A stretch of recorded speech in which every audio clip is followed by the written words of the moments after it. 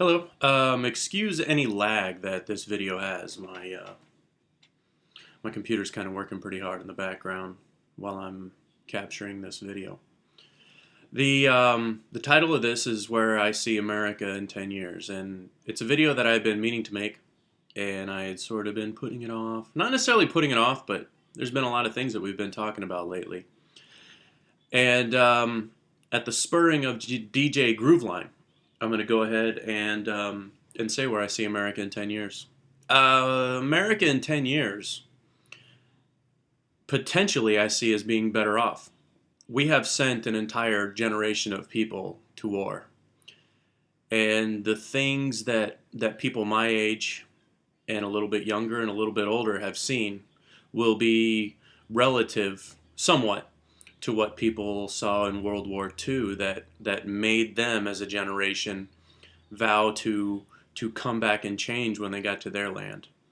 If you look just as an example of what the veterans on YouTube and their perspective is, take men like Haas USMC or men like Southern Prepper 1 or men like Big Sarge 101. They have a perspective of seeing terrible things. And when they return to their home, when they return to their nation, they do not want to see those things occur. So you'll see them do things like fervently oppose people that want to play G.I. Joe with their carbine clubs, or so nonchalantly speak of violence. You'll see some very, very quick opposition to people who seem to almost be spurring on the chaos that comes around calamity. Also, too, in 10 years, our nation will be younger. The ebb of the baby boomers will begin to subside, and our population will, as a whole, become younger.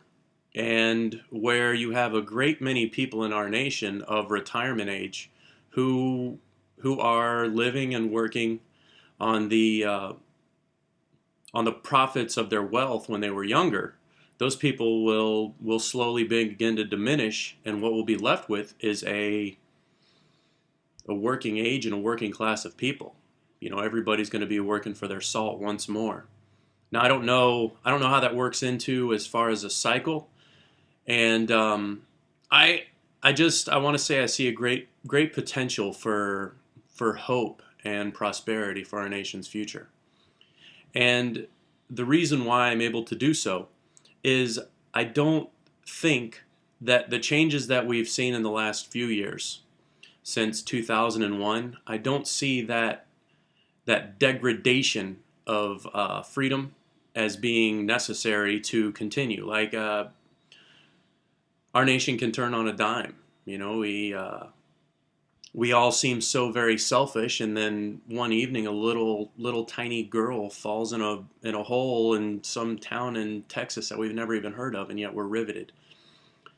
And our prayers go to her, our hopes go to her, and that is the nation that we're still made of. At least that's what I'm still made of. And I'm part of America.